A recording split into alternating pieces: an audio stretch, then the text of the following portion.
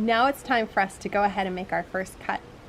So holding the clippers in your dominant hand, we're going to cut below the hairline all the way up to the line you drew with your marker.